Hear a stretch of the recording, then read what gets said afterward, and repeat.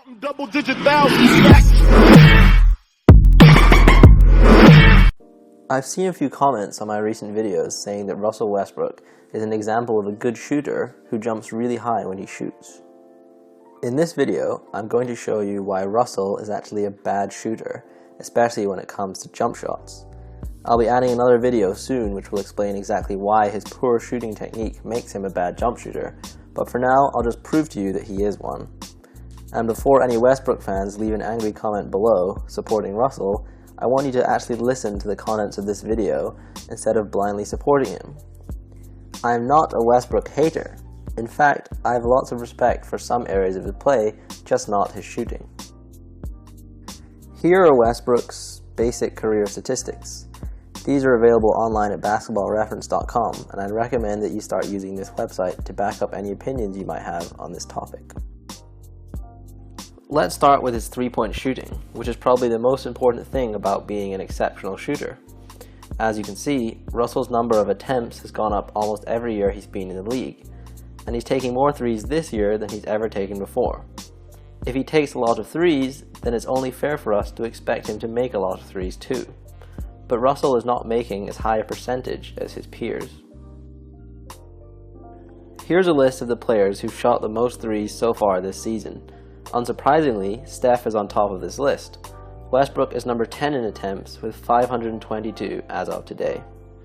I want you to look carefully at the three-point percentages of these shooters.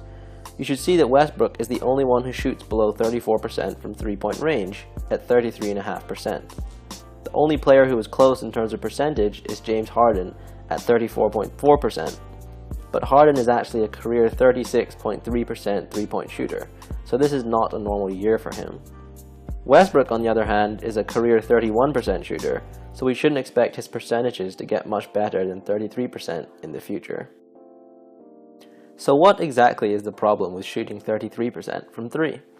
That percentage is the equivalent of 50% from two-pointers, which isn't bad, right?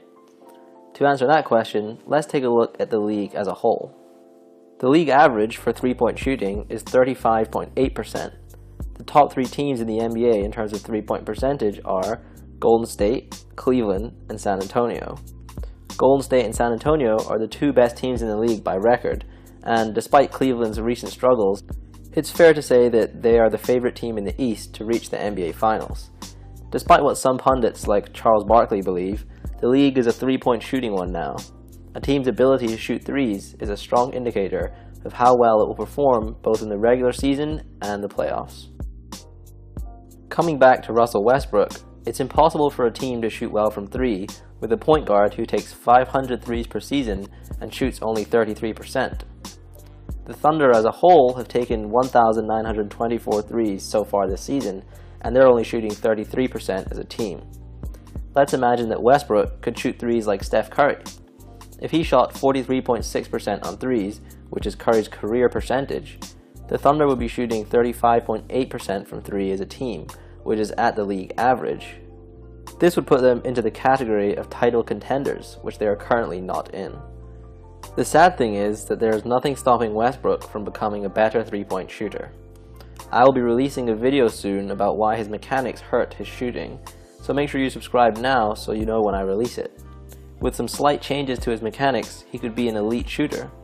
He's proven that he is committed to training hard to be the best athlete he can be, so why not commit to improving his shooting as well?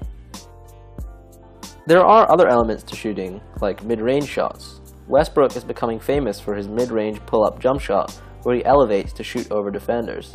But is he actually efficient at this shot? Let's take a look at his mid-range shot percentage. I'm defining mid-range as any jump shot taken within the three-point line but not inside the paint.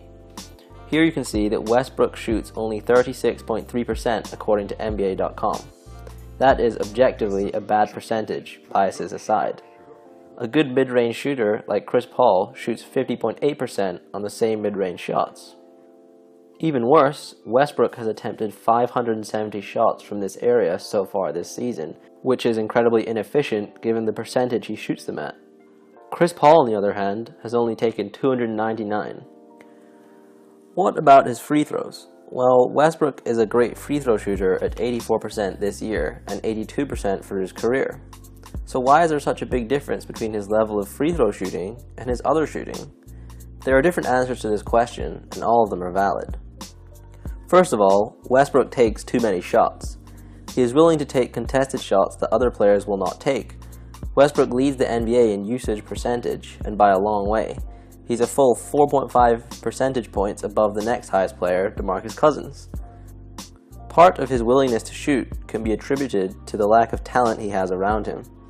But a large part of it is his shot selection and impatience when it comes to getting shots off. Watch any Thunder game and you'll see him settle for inefficient shots over and over as his teammates simply stand around because they know he will not defer to them. But I believe the most important explanation is that he jumps too high when he shoots. This is the most logical explanation when you compare his free throw shooting to his mid-range and three-point shooting. He shoots free throws well and jump shots badly. The only difference is that one involves a jump and the other does not. My upcoming video about his mechanics will explain this in more detail, so stay tuned. Thanks for watching. I hope you enjoyed the video. If you did, give me a like below. Make sure you follow me on Twitter at ScottShotBall for more updates about upcoming videos.